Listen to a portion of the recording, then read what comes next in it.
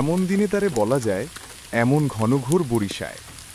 বর্ষা মানেই মেঘলা আকাশ, ধোঁয়া ধোঁয়া আলো আর ভেজা মাটির ঘ্রাণ। আর বর্ষার এই নরম স্নিগ্ধ আবহে যে ফুলটি যেন মনের একদম কাছাকাছি, তা হলো কদম ফুল। কদম শুধু ফুল নয়, কদম হলো অনুভব, সেই কিশোরবেলার স্মৃতি, গ্রামের মাঠে মাঠে ছোট ছোট ছেলে মেয়েদের খেলাধুলা, আর আষাঢ়ের ভেজা দুপুরের কল্পনায় এক টুকরো রঙিন গল্প। এই কদমের আদিনিবাস ভারতে, তবে আমাদের গ্রাম বাংলার প্রায় প্রতিটি প্রান্তেই ছিল কদমের রাজত্ব। তার নামও কত সুন্দর, মেঘাগম প্রিয়, নীপ, পুলকি, সুরভি, যেন প্রকৃতির ভাষায় প্রেমের কবিতা। গোল ছোট একটি বলের মতো দেখতে এই ফুলটির ভিতরে রয়েছে মাংসল পুষ্পাধার, হলুদ পাপড়ি আর তার মাথায় সাদা পরাগ।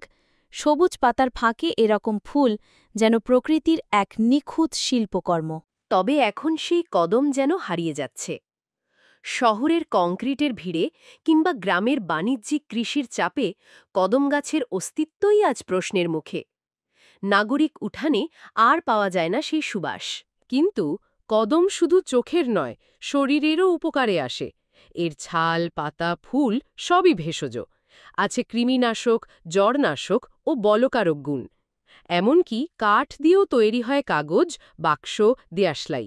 কদম্ব শব্দের মানে যার সান্নিধ্যে বিরহ জাগে, সেই কদমতলে বেজে উঠে বংশী, যেখানে প্রতিটি ফোটানো ফুল যেন এক একটা ভালোবাসার গল্প। তাই বর্ষাকে যদি সত্যি ভালোবাসেন, কদম গাছ বাঁচান, নিজে রোপণ করুন, অন্যকে উৎসাহ দিন, কারণ কদম ছাড়া বর্ষা যেন একা, নিঃসঙ্গ। প্রকৃতি যখন তার সৌন্দর্য দিয়ে আমাদের কাছে আসে, আমরা কি তাকে ফিরিয়ে দেব? কদমের গল্পটা যেন রূপকথা হয়ে না থাকে, বরং ছুঁয়ে যাক প্রতিটি হৃদয়, প্রতিটি বর্ষা।